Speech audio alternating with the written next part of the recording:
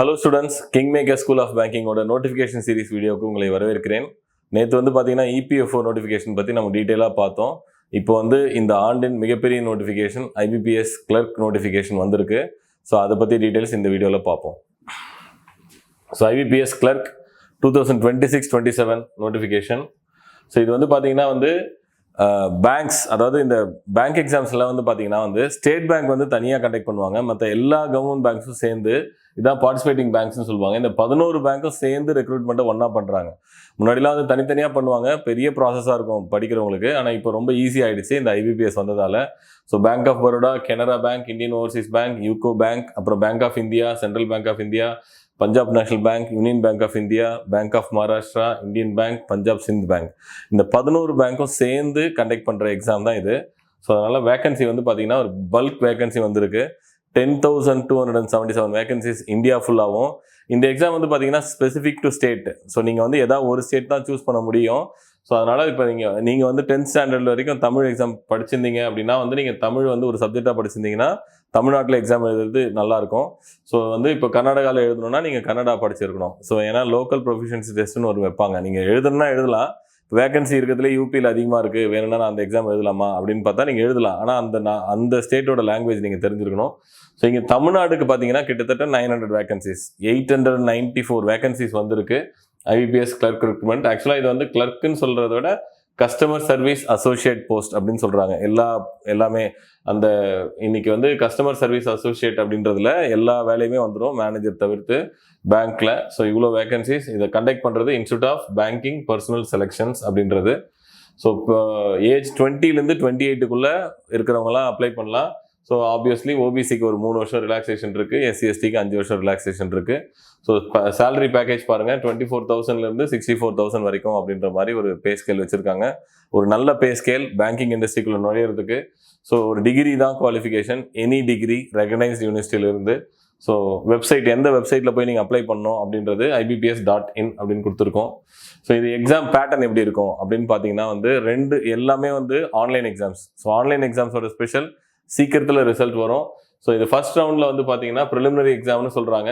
மொத்தம் 100 கொஷின். அதில் இங்கிலீஷில் ஒரு 30 கொஷின், நியூமரிக்கல் எபிலிட்டி குவான்ஸில் ஒரு 35 கொஷின், ரீசனிங்கில் ஒரு 35 கொஷின். 3 ஸ்லாட்டுமே 20 மினிட்ஸு, 60 மினிட்ஸ், 1 hour தான் எக்ஸாம். ஸோ 100 மார்க்குக்கு எக்ஸாம் எழுதணும்.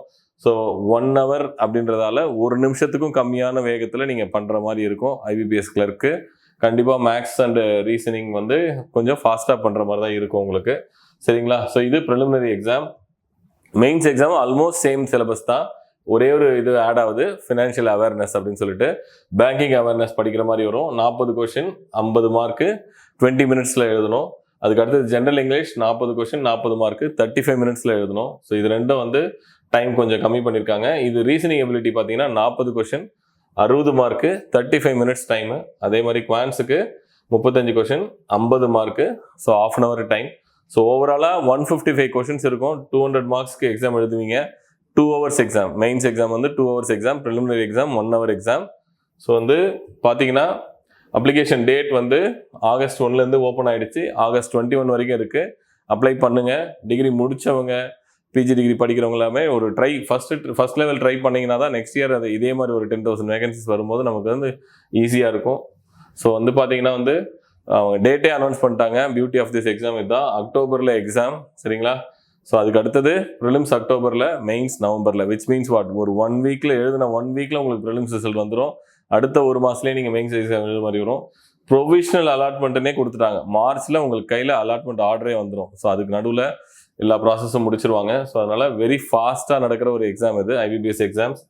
மார்ச் 2026 நம்ம ஆர்டர் வாங்கிடலாம். ஸோ கிங்மேக்கர் ஸ்கூல் ஆஃப் பேங்கிங்கோட ஃபர்ஸ்ட் கிளரிக்கல் பேட்ச் இப்போ தான் ஸ்டார்ட் ஆகிருக்கு. ஸோ ரெகுலர் பேட்ச் அப்படின்னு நாங்கள் சொல்கிறோம். 9:30லேருந்து 1:30 வரைக்கும் கிளாஸு, அப்புறம் 2 to 3 டவுட் செஷன். அன்றைக்கி நடத்தின கிளாஸ் டவுட்ஸ் ஆகட்டும், இல்லை நீங்கள் எழுத போகிற test series, online test series நிறைய வைக்கிறதால நீங்கள் அதனுடைய கொஷின்ஸ் எல்லாமே டவுட்ஸில் கேட்டுக்கலாம். ஸோ அதனால் ஆல்ரெடி படிச்சுட்டு இருக்கவங்களுக்கு இது டவுட் செஷன் பயங்கர யூஸ்ஃபுல்லாக இருக்கும். ஸோ இது 4 hours class, 1 hour doubt session daily. So 5 நாளும் இதே மாதிரி நடக்கும். ஸோ இது ரெகுலர் பேட்ச் 3 months ஒன்ஸ் நடக்கிறது. வீக் டே ஈவினிங் பேட்ச் அப்படின்றது 2 மணி நேரம் தான் ஒரு நாளைக்கு. ஸோ ஒர்க்கிங் பீப்புளுக்கும் காலேஜ் ஸ்டூடெண்ட்ஸ்க்கும் இது கரெக்டாக இருக்கும். 2 hours, 5:30 to 7:30. ஸோ இது வந்து 4 நாள் கிளாஸ், ஒரு நாள் டவுட் செஷன் மாதிரி நடக்கும். அன்றைக்கி டவுட்ஸ் உங்களுக்கு சால்வ் ஆகிடுச்சுன்னா தான் கிளாஸ் எடுப்போம், இல்லைனா டவுட்ஸ் மட்டுமே ஒரு கிளாஸ் போவோம். ஸோ இது 6 months பேட்ச்சு. ஸோ இந்த 6 monthsக்குள்ளே நமக்கு எக்ஸாம் வந்துருமே அப்படின்னு நம்ம பார்க்கக்கூடாது. இது நாங்கள் எப்பயுமே இது வந்து சைக்கிளாக யோசிக்கிறோம். So King Maker school of banking பொறுத்த வரைக்கும் ஒரு சைக்கிளுக்கு நீங்கள் பே பண்ணிங்கன்னா 3 yearsக்கு it will be valid for you. அதனால் 3 months once 3 months once நீங்கள் வந்து டவுட் செஷன் மட்டும் அட்டன் பண்ணிக்கலாம், இல்லை கிளாஸே கூட ரிப்பீட் பண்ணுறதுனால பண்ணிக்கலாம். ஸோ அதே மாதிரி வீக்கெண்ட் பேட்ச் அப்படின்றது Saturday Sunday same regular batch மாதிரியே 2 கிளாஸ் ஒரு நாளைக்கு ஒரு டவுட் செஷன் அப்படின்னு சொல்லிட்டு எவ்ரி வீக்கெண்ட் நடக்கும். ஸோ ஒர்க்கிங் பீப்புளுக்காகவும் காலேஜ் ஸ்டூடெண்ட்ஸ்க்காகவும் தான் இந்த 2 பேட்ச். ஃபுல் டைம் இப்போ தான் காலேஜ் முடிச்சிருக்கேன், நான் ஃபுல் டைம் படித்து பாஸ் ஆகணுன்றவங்களுக்கு we always suggest weekday regular batch. அப்போ தான் 5 நாள் படித்தோமா 2 நாள் ரெஸ்ட் எடுத்து நம்ம திருப்பி ரெஜுனேட் ஆகி வந்து படிக்கிறதுக்கு ஈஸியாக இருக்கும். சரிங்களா? ஸோ அதனால் நோட்டிஃபிகேஷன் வந்திருக்கு. So it's time to start. இதுக்கப்புறம் அப்படியே வந்துகிட்டே இருக்கும். ஸோ இந்த 2 வாரத்திலே 4 நோட்டிஃபிகேஷன் வந்திருக்கு. அடுத்தடுத்த நோட்டிஃபிகேஷன்ஸில் உங்களை சந்திக்கிறோம். Welcome to banking world. Thank you.